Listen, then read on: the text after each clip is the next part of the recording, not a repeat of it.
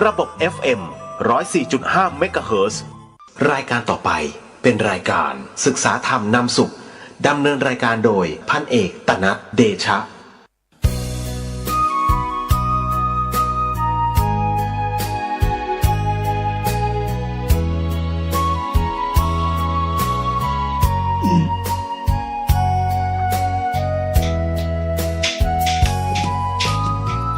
วัดเป็นบุญเขตวิเศษสถาน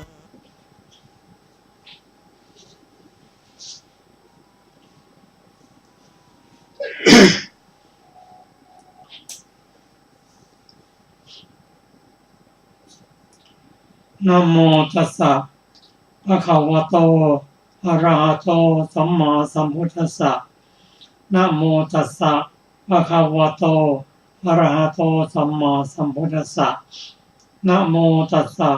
ภะคะวะโตอะระหะโตสัมมาสัมพุทธัสสะขอนอบน้อมแด่พระผู้มีพระภาคอรหันตสัมมาสัมพุทธเจ้าพระองค์นั้นซึ่งเป็นผู้ไกลจากกิเลสตรัสรู้ชอบได้โดยพระองค์เองท่านผู้ฟังที่เคารพครับ ท่านผู้ฟังกำลังรับฟังรายการศึกษาธรรมนำสุข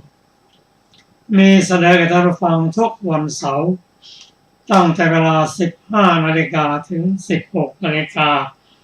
ดำเนินรายการโดยกระผมพันเอกธนัสเดชะมีอาจารย์สรบาเดชะเป็นผู้ร่วมรายการวันนี้เราได้นำมาไตรปิฎกฉบับอัตถกถาเล่มที่ 36 มาศึกษากันในพระสูตรที่เกี่ยวกับการบรรลุธรรมได้อย่างรวดเร็วของภิกษุซึ่งการบรรลุธรรมได้รวดเร็วนั้นพระองค์แสดงไว้หลายที่หลายแห่งตั้งแต่บุคคลผู้จะบรรลุธรรมนั้นจะต้องเป็นผู้มีอินทรีย์แก่กล้าเช่นสัตทินทรีย์วิริยะอินทรีย์สตินทรีย์สมาธิทรีย์และปัญญินทรีย์นอกจากนั้นก็ยังมีองค์ประกอบหลายอย่างเช่นสัพพยะมีธรรมะต้องเป็นธรรมะสัพพยะอุตุสัพพยะอาหารสัพพยะส่วนพระสูตรที่ท่านจะรับฟังนี้เป็นพระสูตรที่ทำให้ภิกษุบรรลุได้เร็วก็ขอให้อาจารย์สุภานำพระสูตรนี้มาอ่านอีกครั้งหนึ่งขอเชิญครับค่ะสวัสดีค่ะท่านผู้ฟังที่เคารพ ทุกท่านค่ะพระสูตรที่ว่าด้วยธรรมทำให้บรรลุมรรคผลได้เร็วนะคะเช่นอรัญญสูตรดูก่อนภิกษุทั้งหลายภิกษุผู้ประกอบด้วยธรรม5ประการทำให้มากซึ่งอานาปานสติกรรมฐานอยู่ย่อมแทงตลอดธรรมที่ไม่กำเริบต่อการไม่นานนักธรรม5ประการเป็นไฉนคือภิกษุในธรรมวินัยนี้ย่อมเป็นผู้มีธุระน้อยมีกิจน้อยเลี้ยงง่ายยินดียิ่งในบริขารแห่งชีวิตหนึ่งย่อมเป็นผู้มีอาหารน้อยประกอบความเป็นผู้ไม่เห็นแก่ปากแก่ท้องหนึ่งย่อมเป็นผู้มีความง่วงนอนน้อยหนึ่งประกอบความเพียรเป็นเครื่องตื่นอยู่หนึ่งย่อมเป็นผู้ถือการอยู่ป่าเป็นวัดหนึ่งเป็นผู้อยู่ในเสนาสนะอันสงัดหนึ่งย่อมพิจารณาจิตตามที่หลุดพ้นแล้วหนึ่งดูก่อนภิกษุทั้งหลายภิกษุผู้ประกอบด้วยธรรม5ประการนี้แลทำให้มากซึ่งอานาปานสติกรรมฐานอยู่ย่อมแทงตลอดธรรมที่ไม่กำเริบต่อการไม่นานนักก็เป็นอรัญญสูตรที่8นะคะสำหรับสูตรต่อไปชื่อว่าสีหสูตรว่าด้วยพระพุทธเจ้าแสดงธรรมดุจสีหะจับสัตว์นะคะดูก่อนภิกษุทั้งหลาย สีหมฤคราชออกจากที่อยู่ในเวลาเย็นแล้วย่อมเยื้องกลายเลี้ยวดูที่ทั้งสี่โดยรอบบรรลือสีหน้า3 ครั้งแล้วออกไปหากินสีหมฤคราชนั้นถ้าแม้จะจับช้างย่อมจับโดยแม่นยำไม่พลาดถ้าแม้จะจับกระบือย่อมจับโดยแม่นยำไม่พลาดถ้าแม้จะจับโคย่อมจับโดยแม่นยำไม่พลาดถ้าแม้จะจับเสือเหลืองย่อมจับโดยแม่นยำไม่พลาดถ้าแม้จะจับเหล่าสัตว์เล็กๆโดยที่สุดกระต่ายและแมวย่อมจับโดยแม่นยำไม่พลาดข้อนั้นเพราะเหตุไรเพราะสีหมฤคราชนั้นคิดว่าทางหากินของเราอย่าพินาศเสียเลย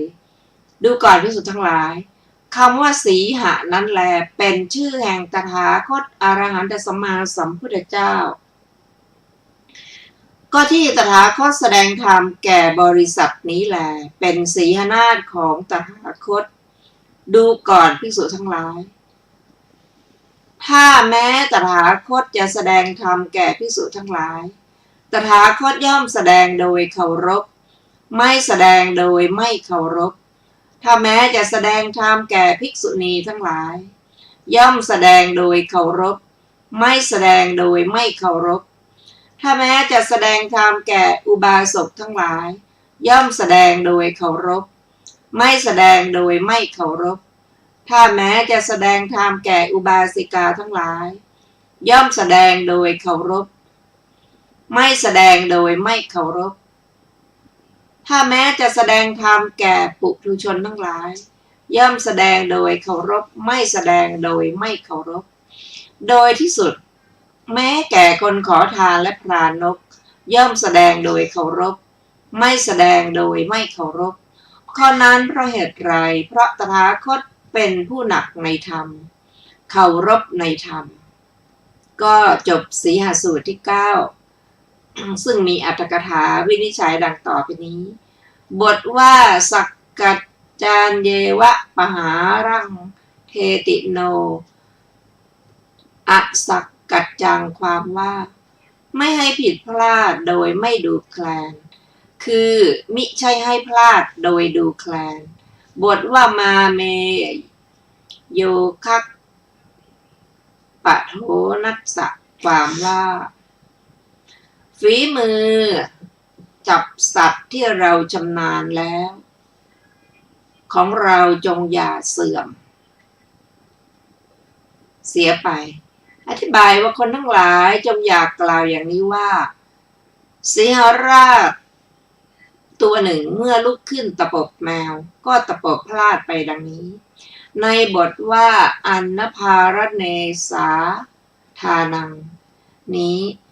ข้าวเหนียวเรียกกันว่าอันนะข้าวเหนียวนั้นเป็นของจำเป็นสำหรับคนเหล่านั้นเพราะเหตุนั้นคนเหล่านั้นจึงชื่อว่าอันนภารามีข้าวเป็นของจำเป็นคำนั่นเป็นชื่อของคนขอทานนายพรานนกเขาเรียกว่าเนสาทะตถาคตทรงแสดงอย่างตระหนักแม้แก่คนขอทานหรือนายพรานนกเหล่านั้นโดยที่สุดอันมีภายหลังคนทั้งหมดด้วยประการชนี้จบอรรถกถาสีหสูตรที่9สูตรต่อไปคือกักุฏสูตรว่าด้วยศาสดา5 จำพวก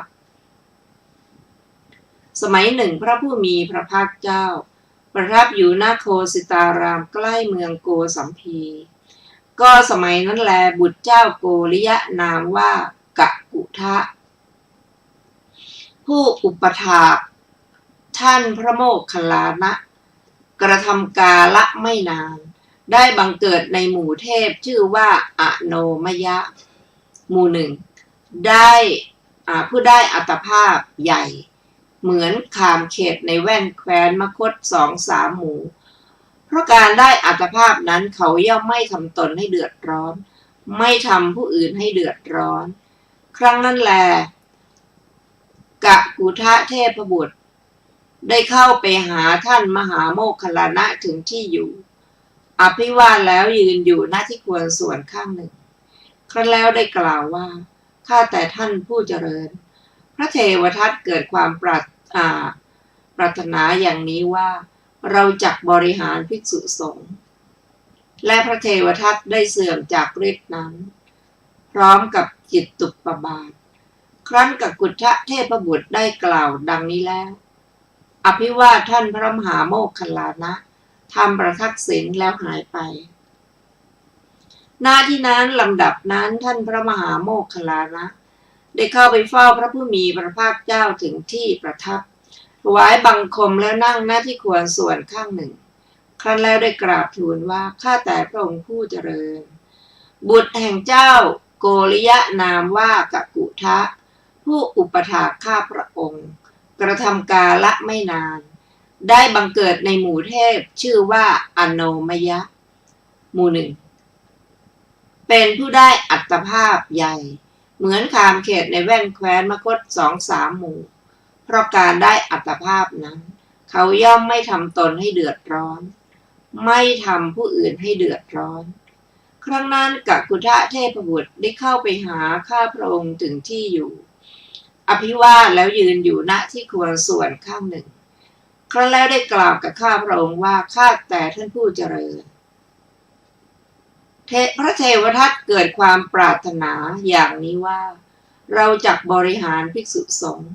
พระเทวทัตได้เสื่อมจากฤทธินั้นพร้อมกับจิตตุปบาทกั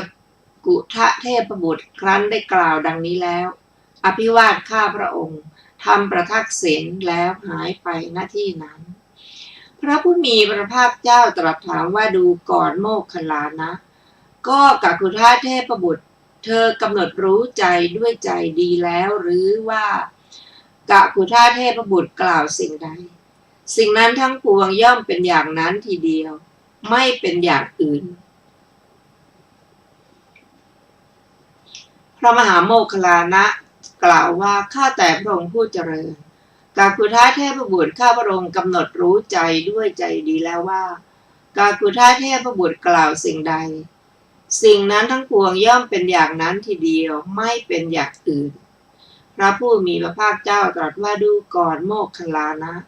เธอจงรักษาวาจานั้น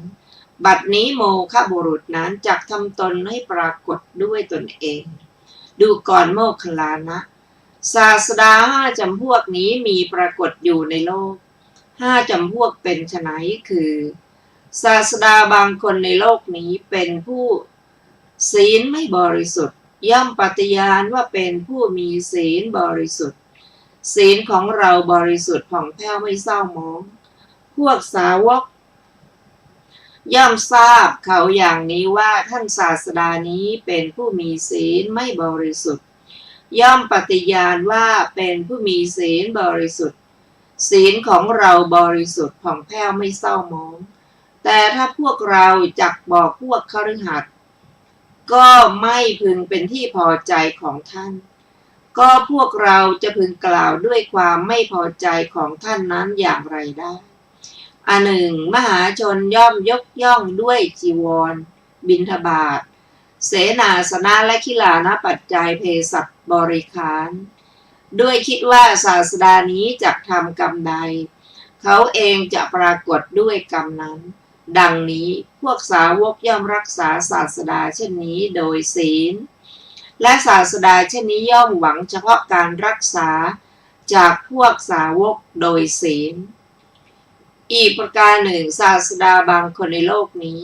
เป็นผู้มีอาชีวะไม่บริสุทธิ์ย่อมปฏิญาณว่าเป็นผู้มีอาชีวะบริสุทธิ์อาชีวะของเราบริสุทธิ์ผ่องแผ้วไม่เศร้าหมองพวกสาวกย่อมทราบเขาอย่างนี้ว่าท่านศาสดานี้เป็นผู้มีอาชีวะไม่บริสุทธิ์ย่อมปฏิญาณว่าเป็นผู้มีอาชีวะบริสุทธิ์อาชีวะของเราบริสุทธิ์ผ่องแผ้วไม่เศร้าหมองแต่ถ้าพวกเราพึงบอกพวกคฤหัสถ์ก็ไม่พึงเป็นที่พอใจของท่านก็พวกเราจะพึงกล่าวด้วยความไม่พอใจของท่านนั้นอย่างไรได้อันหนึ่งมหาชนย่อมยกย่องด้วยจีวรบิณฑบาตเสนาสนะ และขิลานปัจจัยเภสัชบริขารด้วยคิดว่าศาสดานี้จะทำกรรมใดเขาเองจะปรากฏด้วยกรรมนั้น ดังนี้พวกสาวกย่อมรักษาศาสดาเช่นนี้โดยอาชีวะและศาสดาเช่นนี้ย่อมหวังเฉพาะการรักษาจากพวกสาวกโดยอาชีวะอีกประการหนึ่งศาสดาบางคนในโลกนี้เป็นผู้มีธรรมเทศนาไม่บริสุทธิ์ย่อมปฏิญาณว่าเป็นผู้มีธรรมเทศนาบริสุทธิ์ธรรมเทศนาของเราบริสุทธิ์ผ่องแผ้วไม่เศร้าหมองพวกสาวกย่อมทราบเขาอย่างนี้ว่าท่านศาสดานี้เป็นผู้มีธรรมเทศนาไม่บริสุทธิ์ย่อมปฏิญาณว่าเราเป็นผู้มีธรรมเทศนาบริสุทธิ์ธรรมเทศนาของเราบริสุทธิ์ผ่องแผ้วไม่เศร้าหมองแต่ถ้าพวกเรา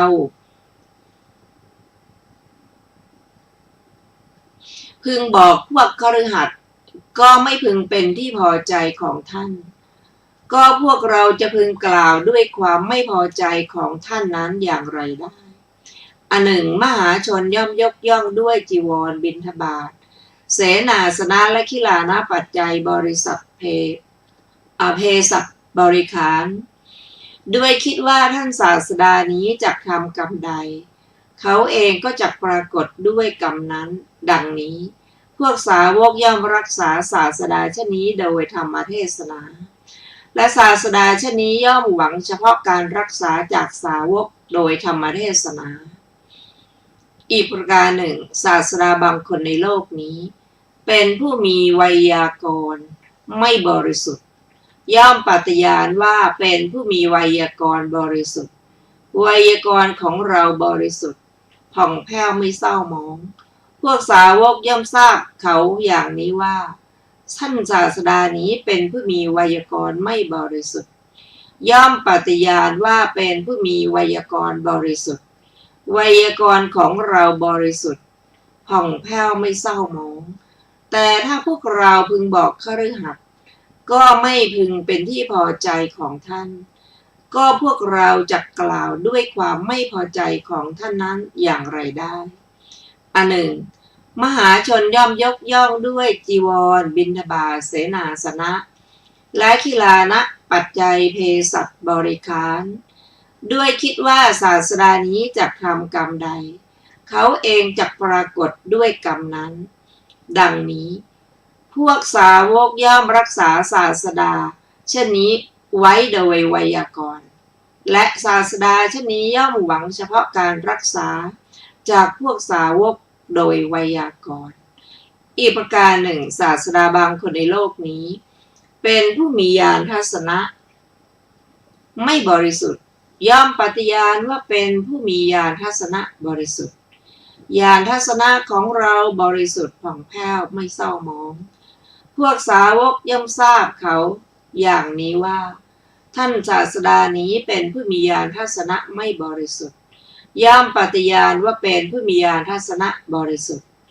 ญาณทัศนะของเราบริสุทธิ์ผ่องแผ้วไม่เศร้าหมองแต่ถ้าพวกเราพึงบอกพวกคฤหัสถ์ก็ไม่พึงเป็นที่พอใจของท่านก็พวกเราจะพึงกล่าวด้วยความไม่พอใจของท่านนั้นอย่างไรได้อันหนึ่ง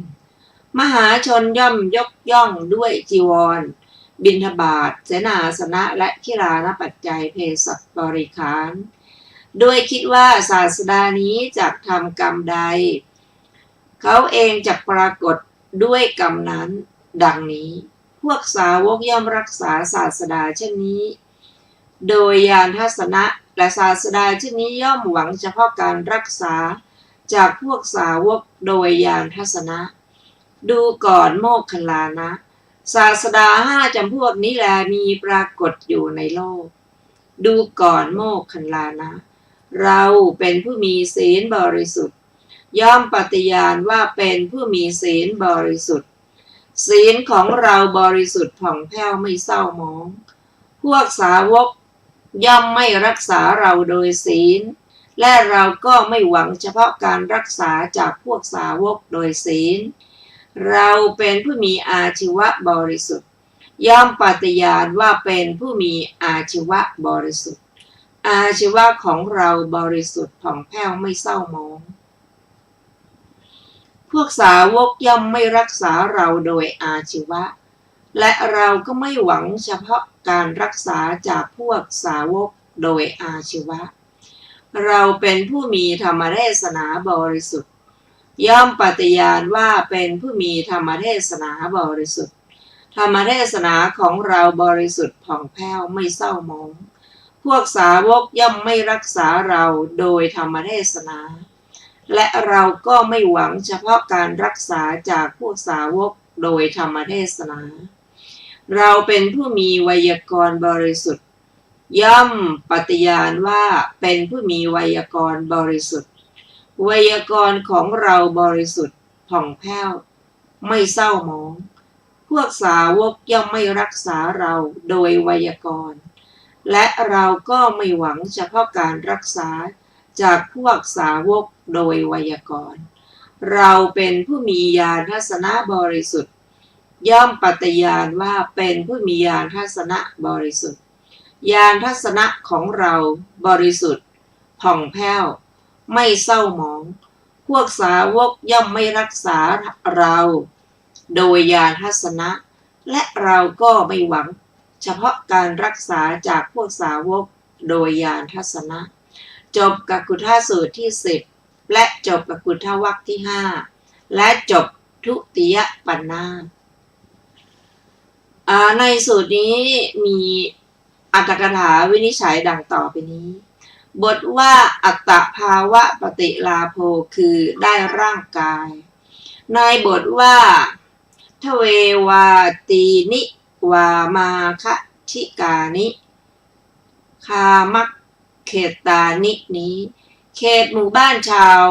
มคธมีขนาดเล็กขนาดกลางขนาดใหญ่เขตหมู่บ้านขนาดเล็กแต่นี้ไป40อสุภะจากโน้นมา40อุสภะนะคะเป็นอุสภะ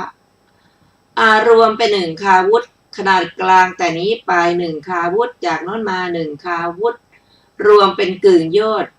ขนาดใหญ่แต่นี้ไปคาวุธครึ่งจากโน้นมาคาวุธครึ่งรวมเป็น3คาวุธในเขตหมู่บ้านเหล่านั้นเขตหมู่บ้านขนาดเล็กก็3เขตเขตหมู่บ้านขนาดกลางก็2เขตเป็นเขตอัตภาพของเทพบุตรนั้นดังนั้นเทพบุตรนั้นจึงมีร่างกายขนาด3คาวุธบทว่าปริหาริสามิได้แก่เราจักบำรุงคุ้มครองบทว่ารักขัดเสตังได้แก่เธอจงรักษาวาจานั้นบทว่าโมคะปุริโสได้แก่เป็นคนเปล่าเปล่าบทว่านาสัตสะได้แก่ไม่พึงเป็นที่พอใจของท่านบทว่าสมุทาจรยามะได้แก่พึงกล่าวบทว่าสามะนันติได้แก่ทำการยกย่องบทว่ายางตุโมกริสติตุโมวะเตนะปัญญายิสติความว่าศาสดานี้จักทำกรรมใดท่านก็จักปรากฏด้วยกรรมนั้นบทที่เหลือในที่ทุกแห่งง่ายทั้งนั้นแหละก็จบอรรถกถากักุฏฐสูตรที่10และจบกักุฏฐวรรควรรณนาที่5และจบทุติยปัณณาสรวมพระสูตรที่มีในวรรคนี้ทั้งหมดคือปฐมสัมปทาสูตรทุติยสัมปทาสูตรพยากรณสูตรภาสุสูตรอกุปสูตรสุตสูตรกถาสูตรอรัญญสูตรสีหสูตร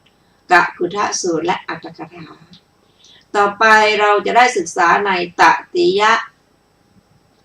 ปัณณาสวรรคแรกคือภาสุวิหารวรรคที่1ซึ่งสูตรแรกชื่อว่าเวสารัชกรณสูตรว่าด้วยธรรมให้แกล้วกล้า5ประการ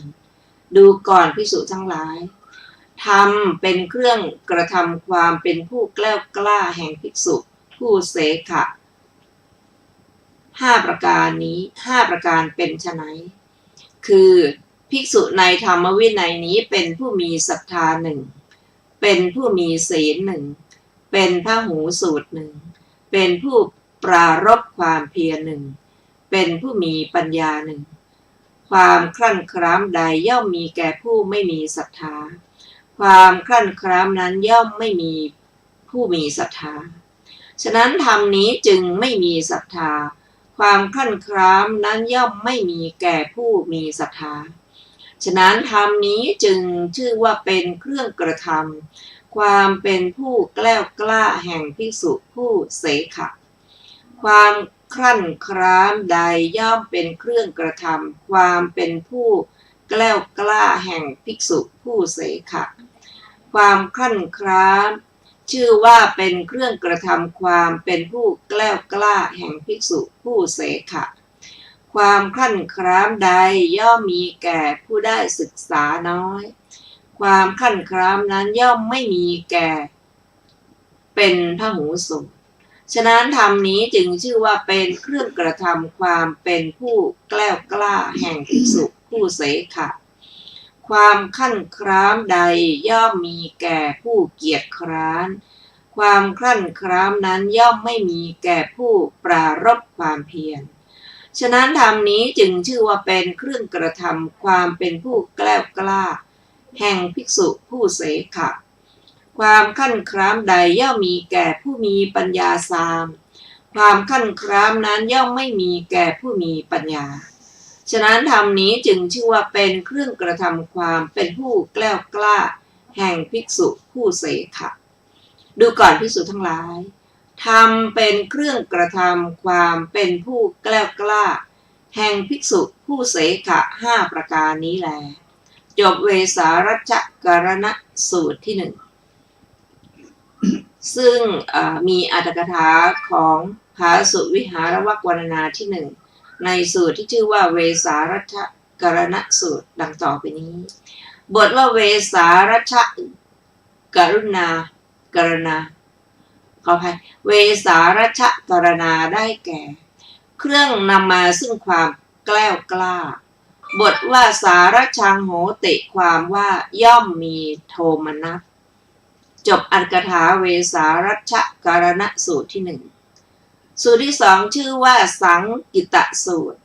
ว่าด้วยธรรมที่ทำให้เป็นที่น่ารังเกียจดูก่อนภิกษุทั้งหลาย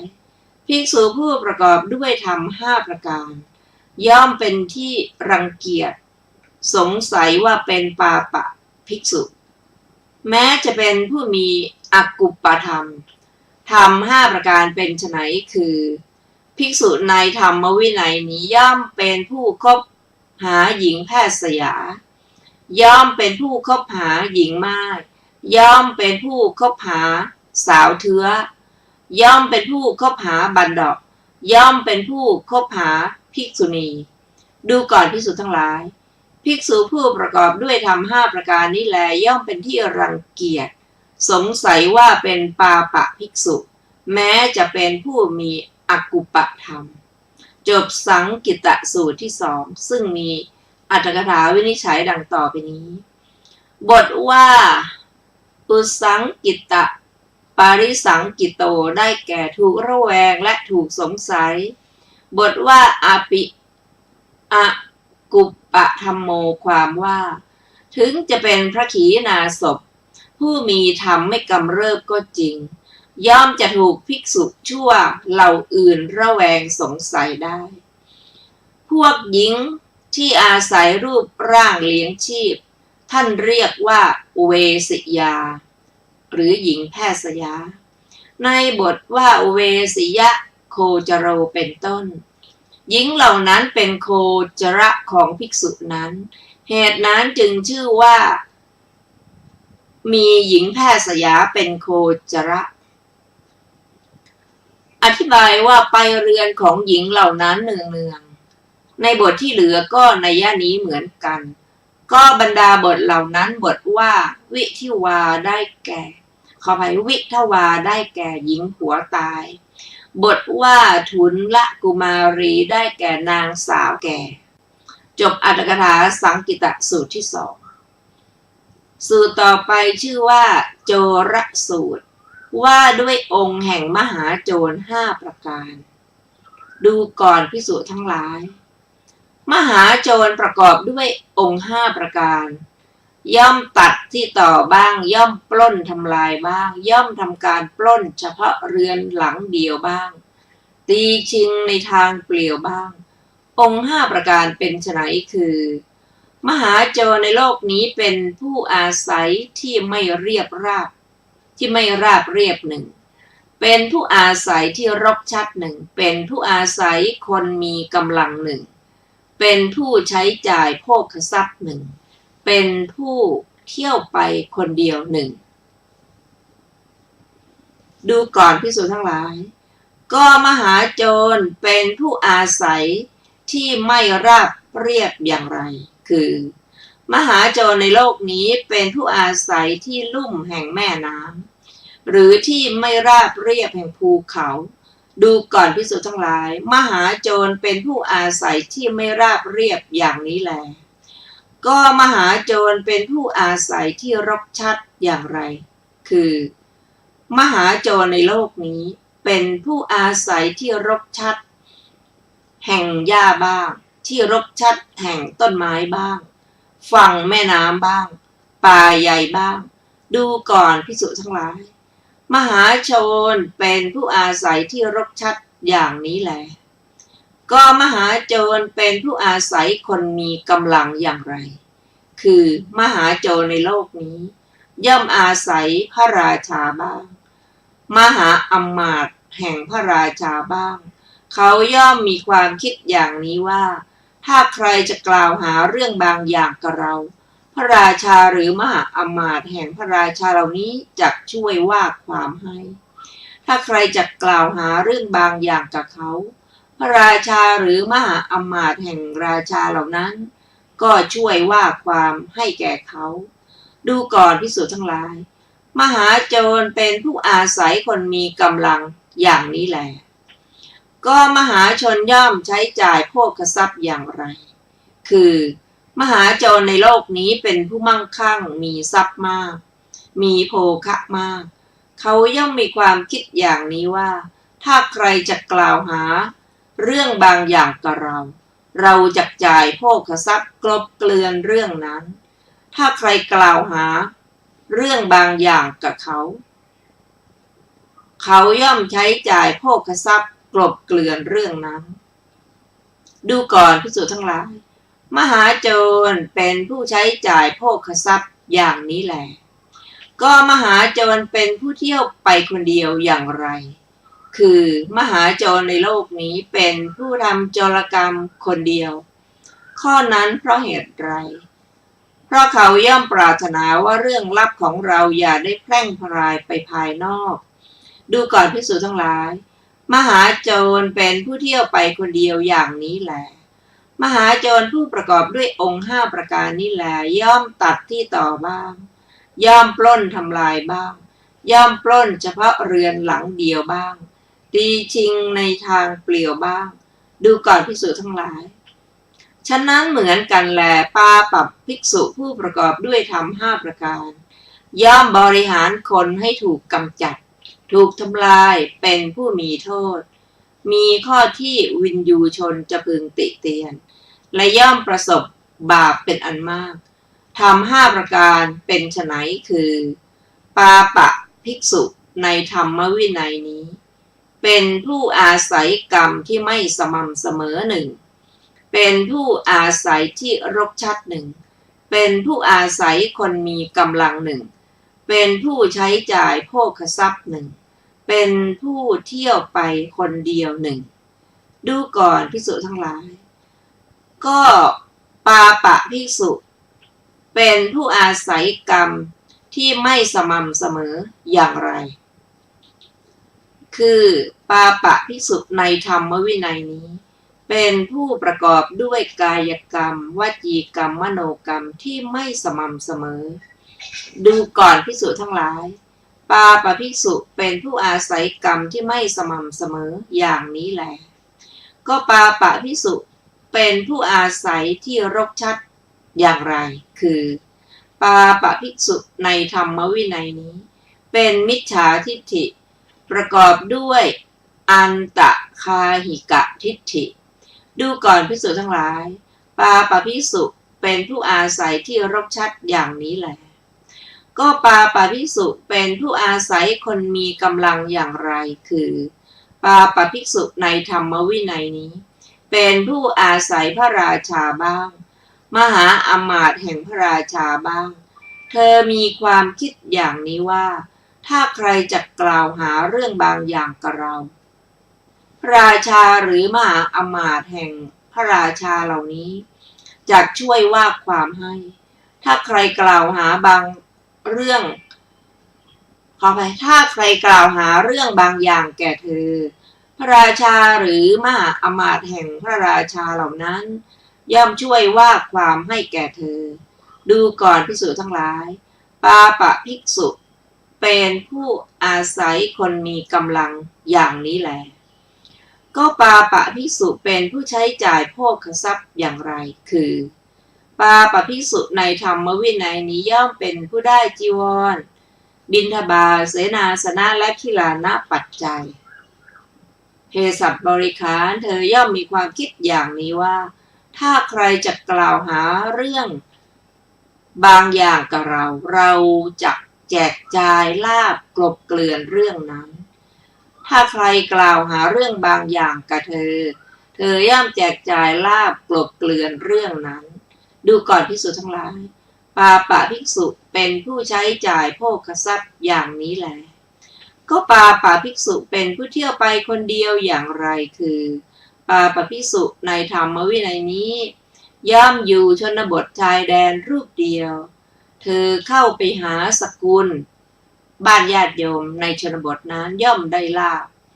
ดูก่อนภิกษุทั้งหลายปาปะภิกษุเป็นผู้เที่ยวไปคนเดียวอย่างนี้แหละดูก่อนภิกษุทั้งหลายปาปะภิกษุผู้ประกอบด้วยธรรม5ประการนี้แลย่อมบริหารคนให้ถูกกำจัดถูกทำลายเป็นผู้มีโทษมีข้อที่วินยูชนจะพึงติเตียนและประสบบาปเป็นอันมากจบโจรสูตรที่3ซึ่งมีอรรถกถาวินิจฉัยดังต่อไปนี้บทว่าอิโตโภเคนะปฏิสันทะริสามิความว่าเราจะถือเอาโภคะจากสมบัติของเรานี้ทำปฏิสันฐานปกปิดด้วยโภคะนั้นอธิบายว่าจักปิดช่องระหว่างเขาและเราบทว่านิคหะนานิได้แก่การถือเอาของผู้อื่นบทว่าคุยหามันตาได้แก่มนที่ต้องปกปิดบทว่าอันตคาหิกายะความว่ายึดถือสัสตทิฏฐิหรืออุเฉททิฏฐิบทที่เหลือในสูตรนี้มีเนื้อความง่ายทั้งนั้นจบอรรถกถาโจรสูตรที่3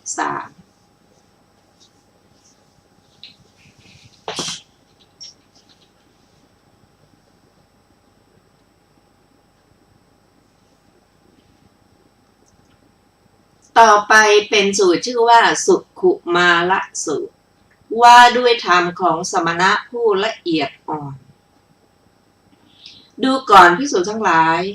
ภิกษุผู้ประกอบด้วยธรรม5ประการนี้ย่อมชื่อว่าเป็นสมณะละเอียดอ่อนในหมู่สมณะธรรม5ประการเป็นไฉนคือ 1. ภิกษุในธรรมวินัยนี้ถูกขอร้องจึงใช้จีวรมากไม่ถูกขอร้องใช้จีวรน้อยถูกขอร้องจึงบริโภคบิณฑบาตมากไม่ถูกขอร้องบริโภคบิณฑบาตน้อยถูกขอร้องจึงใช้เสนาสนะมากไม่ถูกขอร้องใช้เสนาสนะน้อยถูกขอร้องจึงใช้ขิลานปัจจัยเภสัชบริขารมากไม่ถูกขอร้องใช้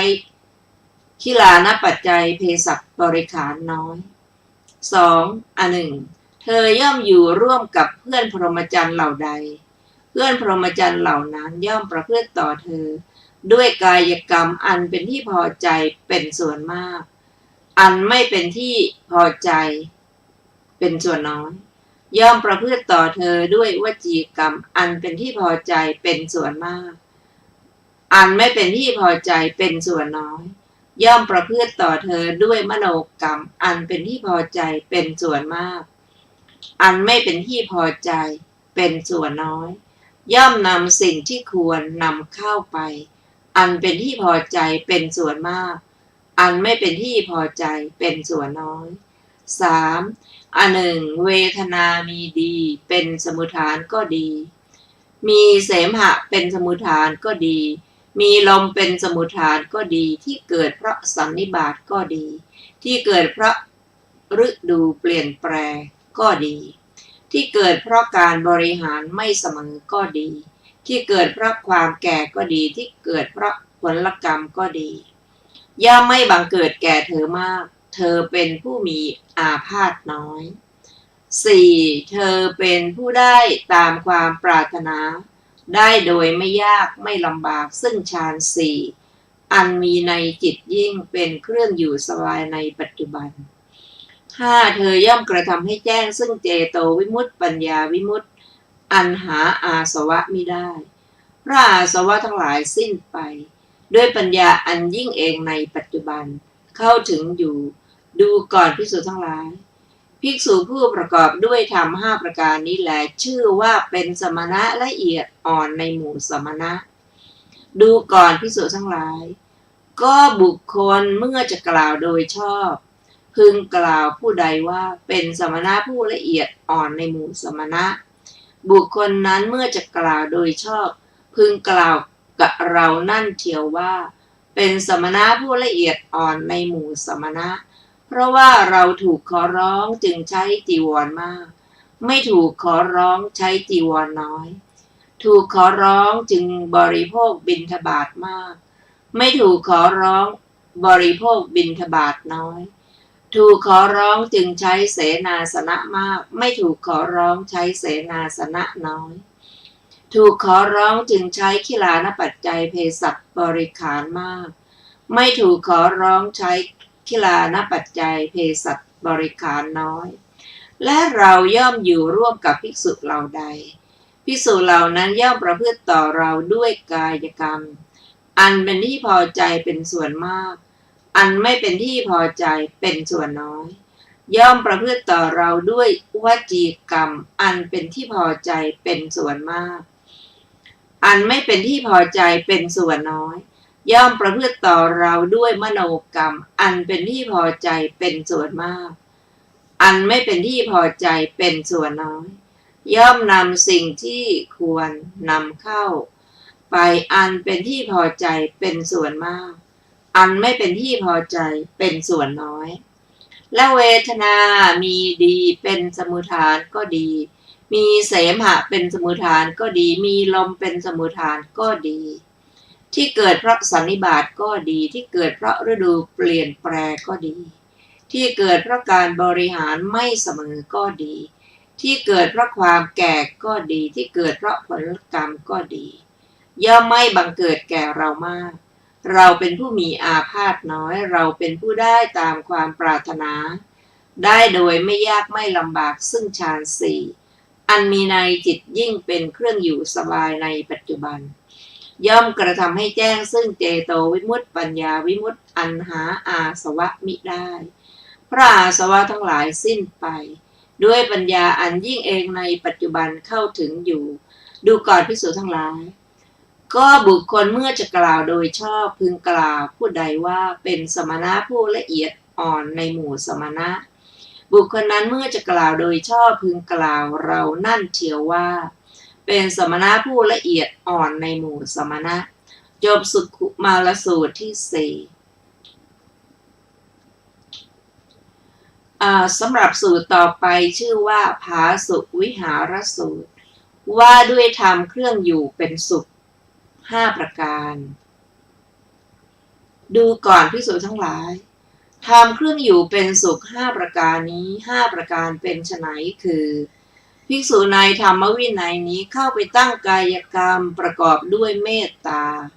ในเพื่อนพรหมจรรย์ทั้งต่อหน้าและรับหลังหนึ่งเข้าไปตั้งวจีกรรมประกอบด้วยเมตตา ในเพื่อนพรหมจรรย์ทั้งต่อหน้าและลับหลังหนึ่งเข้าไปตั้งมโนกรรมประกอบด้วยเมตตาในเพื่อนพรหมจรรย์ทั้งต่อหน้าและลับหลังหนึ่งมีศีลอันไม่ขาดไม่ทะลุไม่ด่างไม่พร้อยเป็นไทยอันวินยูชนสรรเสริญอันตัณหาและทิฏฐิไม่เกี่ยวเกาะเป็นไปเพื่อสมาธิเสมอกันกับเพื่อนพรหมจรรย์ทั้งต่อหน้าและลับหลังหนึ่งทิฏฐิอันเป็นอริยะเป็นเครื่องนำออกย่อมนำออกเพื่อความสิ้นไปแห่งทุกข์โดยชอบแห่งผู้กระทำเสมอกันกับเพื่อนพรหมจรรย์ทั้งต่อหน้าและลับหลังหนึ่งดูก่อนภิกษุทั้งหลายทำเครื่องอยู่เป็นสุข5ประการนี้แลจบภาสุวิหารสูตรที่5ซึ่งมีอรรถกถาวินิจฉัยดังต่อไปนี้บทว่าเมตตังกายกรรมังได้แก่กายกรรมที่ให้เป็นไปด้วยจิตประกอบด้วยเมตตาบทว่าอาวิเจวะระโหจะได้แก่ทั้งต่อหน้าและลับหลังแม้ในบทนอกนี้ก็นัยนี้แหละบทว่ายานิตานิศีลานิเป็นต้นตรัสด้วยจตุปาริสุทธิศีลบทว่าสมาธิสังวัตตนิกานิได้แก่อันทำให้มัคคะสมาธิและพละสมาธิบังเกิดบทว่าศีละสามัญญะคโตแปลว่าถึงความเป็นผู้มีศีลเสมอกันอธิบายว่าเป็นผู้มีศีลเช่นเดียวกันบทว่าตักกะรัสสะได้แก่ผู้กระทำตามความเห็นนั้นพระผู้มีพระภาคเจ้าตรัสความมีศีลเสมอกันตรัสทิฏฐิวิปัสสนาและสัมมาทิฏฐิในสูตรนี้ด้วยประการฉะนี้จบอรรถกถาภาสุวิหารสูตรที่5ต่อไปเป็นสูตรที่6ชื่อว่าอานันทสูตรว่าด้วยธรรมเป็นเหตุให้สงฆ์อยู่ผาสุกสมัยหนึ่งพระผู้มีพระภาคเจ้าประทับอยู่ที่โคสิตารามใกล้เมืองโกสัมพีครั้งนั้นแลท่านพระอานนท์เข้าไปเฝ้าพระผู้มีพระภาคเจ้าถึงที่ประทับถวายบังคมแล้วนั่งหน้าที่ควรส่วนข้างหนึ่งครั้นแล้วได้ทูลถามว่าข้าแต่พระองค์ผู้เจริญภิกษุสงฆ์พึงอยู่เป็นผาสุกเพราะเหตุเท่าไรหนอแลพระผู้มีพระภาคเจ้าตรัสว่าดูก่อนอานนท์ภิกษุเป็นผู้ถึงพร้อมด้วยศีลด้วยตนเองไม่ติเตียนผู้อื่นในพระอธิศีลแม้เพราะเหตุเท่านี้ภิกษุสงฆ์พึงอยู่เป็นสุข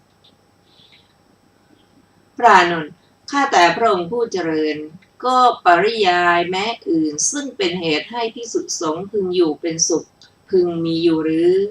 พระผู้มีพระภาคเจ้าตรัสว่าพึงมีอานนท์แล้วตรัสต่อไปว่าดูก่อนอานนท์ภิกษุเป็นผู้ถึงพร้อมด้วยศีลด้วยตนเอง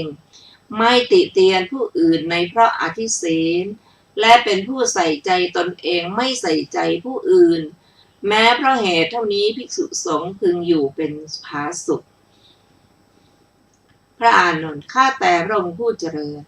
ก็ปริยายแม้อื่นซึ่งเป็นเหตุให้ภิกษุสงฆ์พึงอยู่เป็นสุขพึงมีอยู่หรือ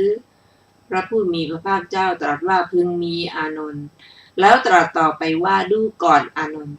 ภิกษุเป็นผู้ถึงพร้อมด้วยศีลด้วยตนเองไม่ติเตียนผู้อื่นในเพราะอธิศีลเป็นผู้ใส่ใจตนเองไม่ใส่ใจผู้อื่นและเป็นผู้ไม่มีชื่อเสียงย่อมไม่สะดุ้งเพราะความไม่มีชื่อเสียงนั้นแม้เพราะเหตุเท่านี้ภิกษุสงฆ์พึงอยู่เป็นผาสุกพระอานนท์ข้าแต่พระองค์ผู้เจริญก็ปริยายแม้อื่นซึ่งเป็นเหตุให้ภิกษุสงฆ์พึงอยู่เป็นผาสุกพึงมีอยู่หรือพระผู้มีพระภาคเจ้าพึงมีอานนท์แล้วตรัสต่อไปว่าดูก่อนอานนท์ภิกษุเป็นผู้ถึงพร้อมด้วยศีลด้วยตนเองไม่ติเตียนผู้อื่นในเพราะอธิศีลเป็นผู้ใส่ใจตนเองไม่ใส่ใจผู้อื่นเป็นผู้ไม่มีชื่อเสียงย่อมไม่สะดุ้งเพราะความไม่มีชื่อเสียงนั้นแต่เป็นผู้ได้ตามความปรารถนาได้โดยไม่ยากไม่ลำบากซึ่งฌานสี่อันมี ในจิตยิ่งเป็นเครื่องอยู่สบายในปัจจุบันแม้เพราะเหตุเท่านี้ภิกษุสงฆ์พึงอยู่เป็นสุขพระอานนท์ข้าแต่พระองค์ผู้เจริญก็ปริยายแม้อื่นซึ่งเป็นเหตุให้ภิกษุพึงอยู่เป็นผาสุขพึงมีอยู่หรือพระผู้มีพระภาคเจ้าตรัสว่าพึงมีอานนท์แล้วตรัสต่อไปว่าดูก่อนอานนท์ภิกษุเป็นผู้ถึงพร้อมด้วยศีลด้วยตนเองไม่ติเตียนผู้อื่นในเพ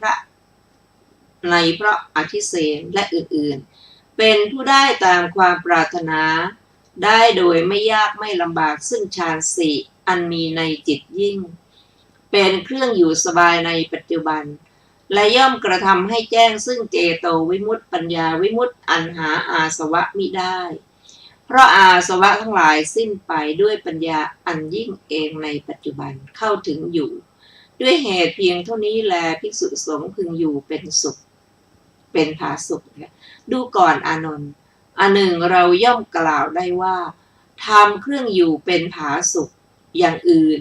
ที่ดีกว่าหรือประณีตกว่าทำเครื่องอยู่เป็นผาสุขเช่นนี้ย่อมไม่มีจบอานันทสูตรที่6ซึ่งมีอรรถกถาวินิจฉัยดังต่อไปนี้บทว่าโนจะปรังอธิสีเลสัมปวัตตาโหติความว่าไม่ติเตียนไม่กล่าวร้ายผู้อื่นถึงเรื่องศีล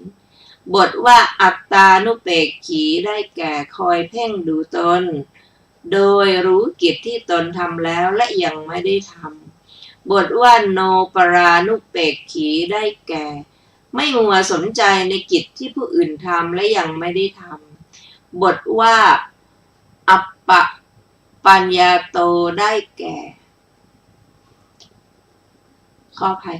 อัปปัญญาโตได้แก่ไม่ปรากฏคือไม่มีชื่อเสียงคือมีบุญน้อย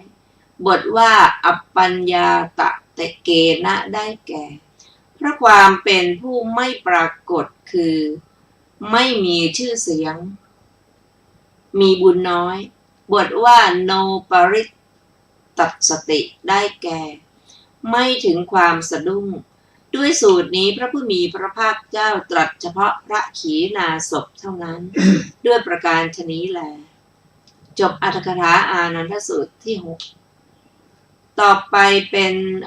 สูตรที่7ชื่อว่าศีลสูตรว่าด้วยคุณสมบัติของสงฆ์ผู้เป็นนาบุญดูก่อนภิกษุทั้งหลายภิกษุผู้ประกอบด้วยธรรม5ประการย่อมเป็นผู้ควรของคำนับเป็นผู้ควรของต้อนรับเป็นผู้ควรของทำบุญเป็นผู้ควรทำอัญชลีเป็นนาบุญของโลกไม่มีนาบุญอื่นยิ่งกว่าทำ5ประการเป็นไฉนภิกษุในธรรมวินัยนี้เป็นผู้ถึงพร้อมด้วยศีล1เป็นผู้ถึงพร้อมด้วยสมาธิ1เป็นผู้ถึงพร้อมด้วยปัญญา1เป็นผู้ถึงพร้อมด้วยวิมุตติ1เป็นผู้ถึงพร้อมด้วยวิมุตติญาณทัศนะ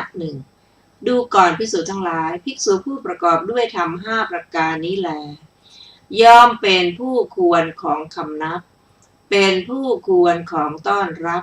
เป็นผู้ควรของทำบุญเป็นผู้ควรทำอัญชลีเป็นนาบุญของโลกไม่มีนาบุญอื่นยิ่งกว่าจบศีลสูตรที่7และมีอรรถกถาวินิจฉัยดังต่อไปนี้ศีลสูตรที่7ตรัสศีลสมาธิและปัญญาเจือกันวิมุตติคืออรหัตผลวิมุตติญาณทัศนะคือปัจเจเวคขณะเป็นโลกิยะอย่างเดียวจบอรรถกถาศีลสูตรที่7ท่านผู้ฟังที่เคารพค่ะวันนี้รายการศึกษาธรรมนำสุขก็ได้หมดเวลาลงแล้วขอบพระคุณทุกท่านที่ได้ร่วมศึกษาด้วยกันเราจะมาพบกันใหม่ในวันศุกร์หน้านะคะเวลา 14 นาฬิกาเป็นต้นไปด้วยเรื่องอเสขิยสูตรซึ่งมีอยู่ในหน้า246ของพระไตรปิฎกฉบับมมร.นะคะเล่มที่36วันนี้ขอมีความสุขสวัสดีเจริญในธรรมค่ะสวัสดีค่ะ